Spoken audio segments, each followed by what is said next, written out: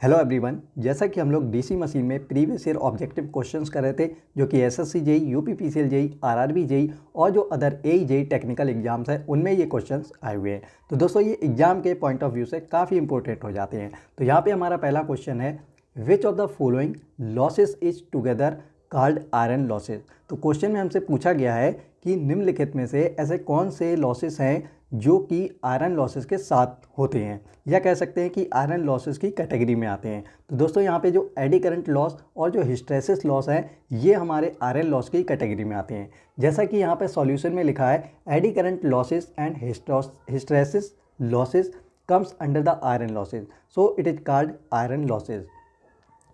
Iron losses is also called as fixed losses. तो iron losses को हम fixed losses भी कहते हैं। In DC machines, the field flux axis and armature MMF axis are respectively along. DC machine में जो field flux axis होती है और जो आर्मेचर MMF एक्सिस होती है ये किसके अलोंग होती है? तो दोस्तों ये जो होती है वो डायरेक्ट एक्सिस और इंटरपोलर एक्सिस के अलोंग होती है। जैसा कि दोस्तों यहाँ पे आप देख रहे हैं, in DC machines the field flux axis and the armature MMF axis are respectively along direct axis and interpole axis. तो यहाँ पे दोस्तों ये देखिए, जो फील्ड फ्लक्स एक्सिस है वो डायरेक्ट एक्सिस के अलॉन्ग होगी और जो आर्मेचर एमएमएफ एक्सिस है वो इंटरपोलर एक्सिस के अलॉन्ग होगी। यहाँ पे आप देख रहे हैं ये डायग्राम, इसमें दोस्तों यहाँ पर ये जो आप देख रहे हैं ये है पोल नॉर्थ और साउथ, और यहाँ पे ये जो आप देख रहे हैं ये है हमारा आर्मेचर और ये हैं यहाँ पर लगे हुए ब्रशेस जिन्हें हमने इंटरपोलर रीजन में लगा रखा है। इंटरपोलर एक्सिस हम इसको कहेंगे और ये जो आप देख रहे हैं इसे हम बोलेंगे डी एक्सिस। साथ ही यहाँ पे जो आप देख रहे हैं ये फील्ड लाइन, इसे हम बोलेंगे field flux. Which is the basic power equation of dynamo DC machine. तो डीसी मशीन में जो डायनमो होता है उसकी बेसिक पावर इक्वेशन क्या होगी, कौन सी बेसिक पावर इक्वेशन होगी? तो दोस्तों आप लोग जानते हैं, जैसा कि अगर हम कोई इनपुट देते हैं तो हमें उसी के बराबर आउटपुट नहीं मिलता है। क्यों नहीं मिलता है? क्योंकि जो हमने इनपुट दिया है उसका कुछ पार्ट जो है वो लॉसेस में चला जाता है, अब जो बचता है वही हमें आउटपुट के रूप में मिलता है। तो यहाँ पे आप देख रहे हैं D option, P input is equal to P output plus P loss. The basic power equation of dynamo DC machine, P input is equal to P output plus P loss. Which of the following is not one of the categories of copper loss in a DC machine? तो निम्नलिखित में से ऐसे कौन से loss हैं जो कि DC मशीन में कॉपर लॉस की कैटेगरी में नहीं आते हैं? तो जैसा कि आप यहाँ पर देख रहे हैं, जो एडी करंट लॉस है ये अभी हमने पढ़ा था कि ये जो लॉस है वो आयरन लॉसेस के कैटेगरी में आता है।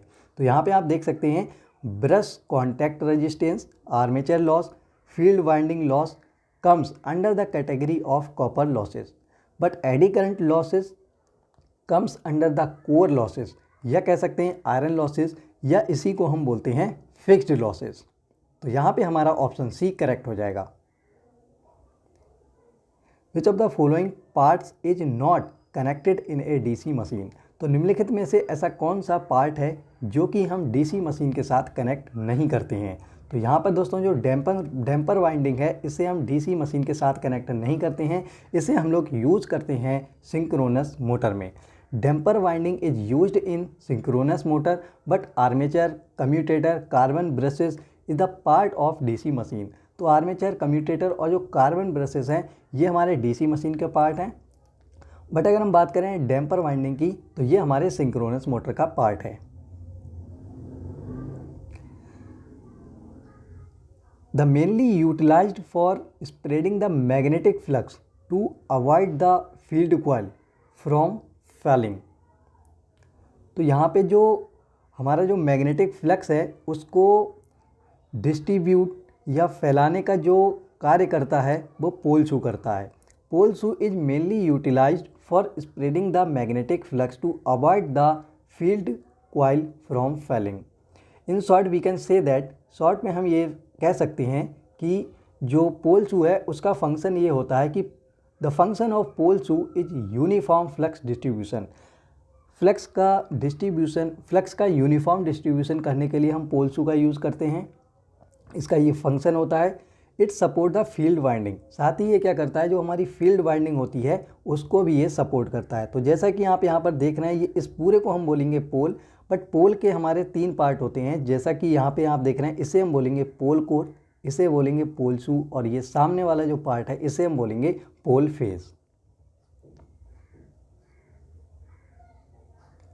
The direction of magnetic lines of force is, जो मैग्नेटिक फील्ड लाइन होती हैं उनकी डायरेक्शन क्या होती है। तो दोस्तों अभी इसमें कुछ भी नहीं बता है कि हमसे जो है क्वेश्चन में इनसाइड पूछा है या आउटसाइड पूछा है। तो अगर ये नहीं कहा गया है तो हम इसको समझेंगे कि ये जो हमसे पूछा है वो आउटसाइड पूछा है। तो आउटसाइड में क्या होता है, ये जो मैग्नेटिक फील्ड लाइन होती हैं वो नॉर्थ टू साउथ चलती हैं, आउटसाइड, ठीक है। The direction of the magnetic line of force is from north pole to south pole at outside of magnet, but inside it is south to north. तो जैसा कि आप यहाँ पर देख रहे हैं, एक मैग्नेट है जिसमें जो मैग्नेटिक फील्ड लाइन है वो आउटसाइड तो हमारी नॉर्थ पोल से साउथ पोल चल रही हैं, बट अगर हम बात करें इनसाइड तो ये जो मैग्नेटिक फील्ड लाइन है वो साउथ पोल से नॉर्थ पोल चल रही हैं। तो यहाँ पे हमारा ऑप्शन जो ए है वो करेक्ट हो जाएगा। Which one of the following statement is not correct regarding lap and wave winding.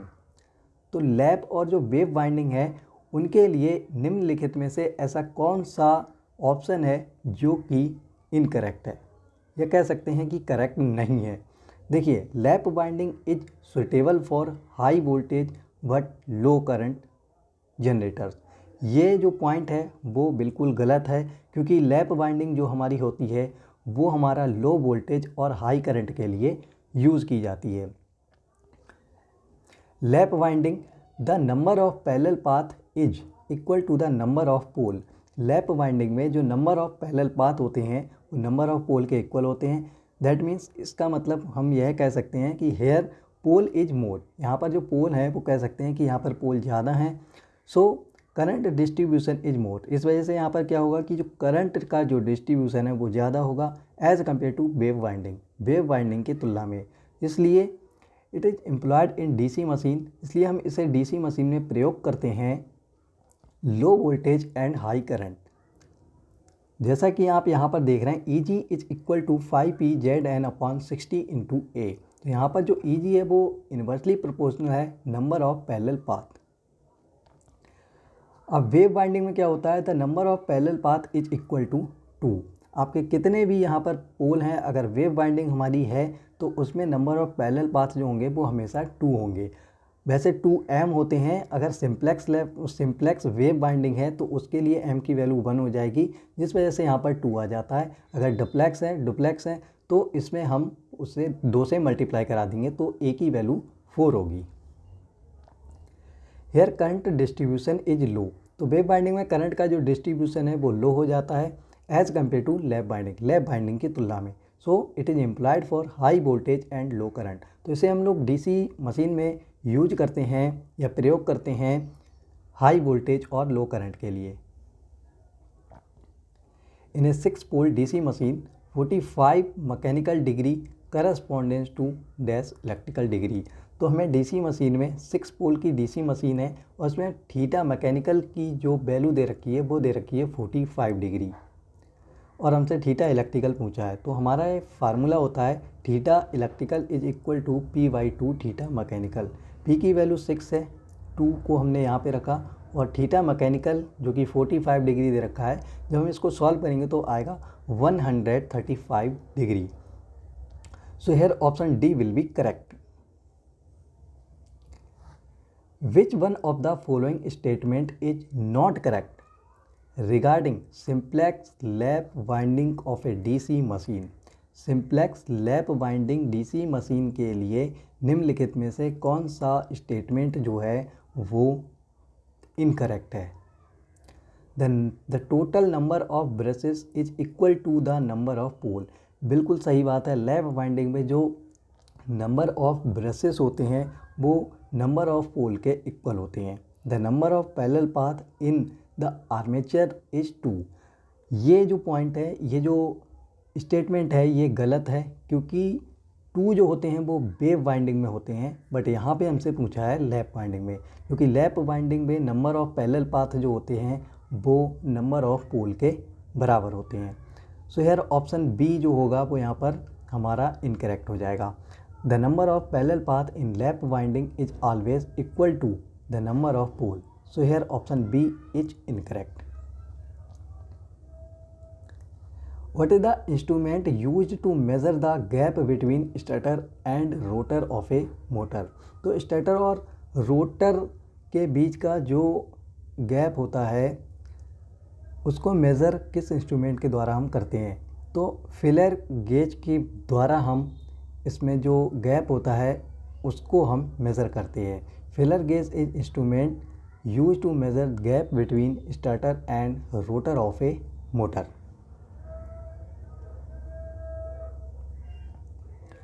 In a DC machine on no load the magnetic neutral axis, no load की कंडीशन में डीसी मशीन में जो MNA होती है या magnetic neutral axis वो हमारी coincide with geometrical neutral axis.